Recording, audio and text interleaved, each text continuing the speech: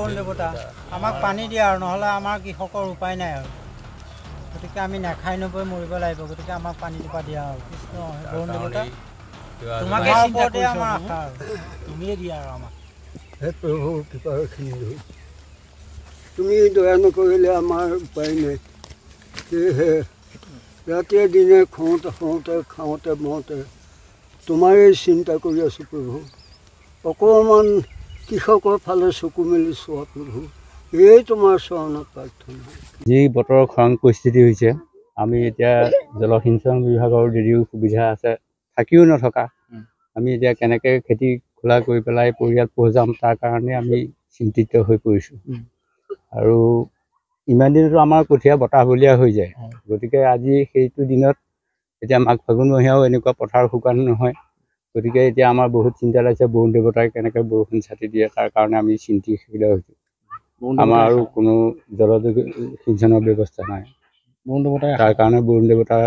ওপৰতে আশা কৰি আছোঁ আজি এই বিপদত আপোনালোকে আহি আপোনালোকক যে দেখা পালোঁ সেয়ে আমাৰ যথেষ্ট কি ক'ম এই ৭৭ বছৰ বয়সত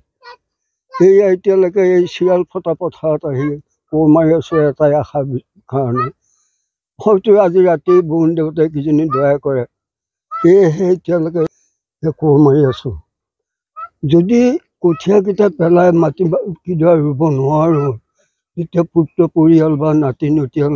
কি কৰি খুৱাম এই চিন্তাই খাই মাৰিছে আমাৰ বিভিন্ন সময়ত যি আমি বিপদৰ সন্মুখীন হওঁ সেই সময়তে আপোনালোক আহি পেলাই আমাৰ সেই বিপদৰ ভাগী হয়হি গতিকে আমাৰ বিপদৰ যিখিনি সমস্যা সেই সমস্যাখিনি চৰকাৰৰ ওচৰত দৃষ্টিগোচৰ কৰে সেইকাৰণে মই আপোনালোকক জৰিয়তে ধন্যবাদ জনাইছোঁ গতিকে আমি এতিয়া যিটো সময়ত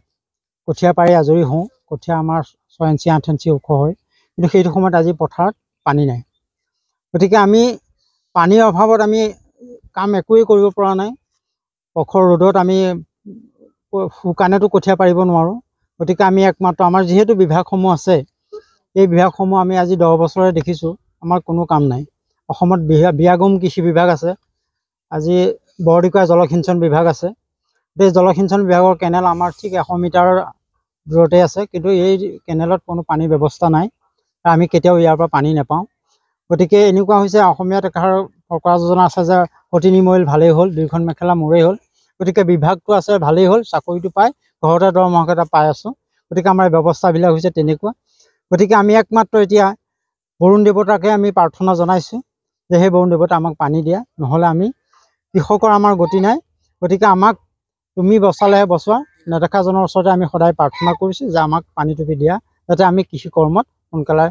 বৰ্তি হ'ব পাৰোঁ।